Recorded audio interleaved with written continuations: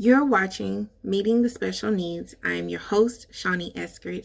Thank you for coming to our channel. Here, we help you bridge the gap between the waitlist and starting the services you need today. I want to thank you again for watching our small series on keeping it together during spring break and not letting spring break you. This is the final day of our mini series, and we want to talk about transitioning back to school. So we're coming back around on to the first day back to school from spring break, and I want to share with you my 3 tips to help you and your child transition back into school after spring break. So we know that our babies in general, but our children especially on the spectrum, have some trouble sometimes transitioning from one activity to the next. And sometimes we can see this most when it's time to come back off of a break. That is because they've had a long week off, a long period off, and they've kind of settled into the routine of relaxing and being on a break. This has now become routine.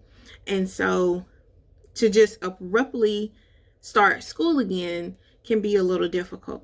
So we're going to talk about 3 tips that I have to help your kiddo get ready for school on Monday. My first tip is calendars. Calendars. Have them visible. Now, if you don't have a calendar already in the house, there's multiple ways that you can actually make this happen. In our home, we have the dry erase boards, and they're peel and stick, so they're transferable. They can move anywhere in the house. I bought some from Walmart. My oldest daughter has one directly in her room. We keep a countdown on her calendar. So for major events, and this week it would be going back to school and her birthday, we keep a countdown on her dry erase board. This is how many days away we are from these major events, right?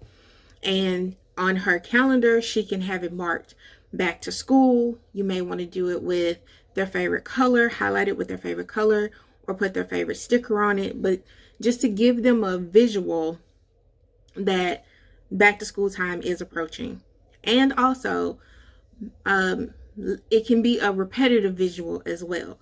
So there's a visual reminder in her bedroom. There's also a visual reminder in our designated school area. And there's also a visual reminder in our kitchen. The idea being to keep the visuals in the most prominent places of the home, the places where the child frequents the most.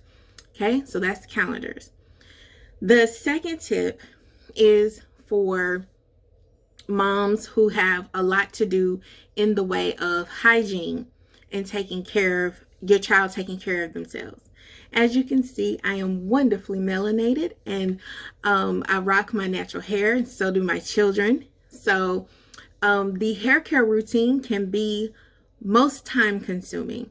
What I recommend is 2 days or so prior, get your hair routine down, pick out the school clothes, and that'll be one less thing you have to worry about rushing to do the night before or the morning of. The last thing you want is your child having a meltdown about what am I going to wear and something's wrong with my hair. So do that about 2 days prior to going back to school, and that's one less thing to worry about. Last tip is for especially my parents who are still doing virtual learning, which I am. Tech checks. Plug in your devices, turn them on, leave them on, so that your child's technology can receive all the updates that it needs in order to run properly on the first day back to school. The last thing you need is to have done the hair routine, picked out the clothes, the child is prepared, they know they're going to school on Monday, get ready to log in, and the tablet completely crashes because it doesn't have the updates. So plug them in now. If your school system is anything like mine, I just got a text earlier today, shortly before making this video, that they need to be turned on. So turn on the devices, plug them in so they can charge, and let them receive the updates. So thank you again for watching the mini series, Keeping It Together During Spring Break, Not Letting Spring Break Break You, here on the Meeting the Special Needs channel. Please like, share, and subscribe.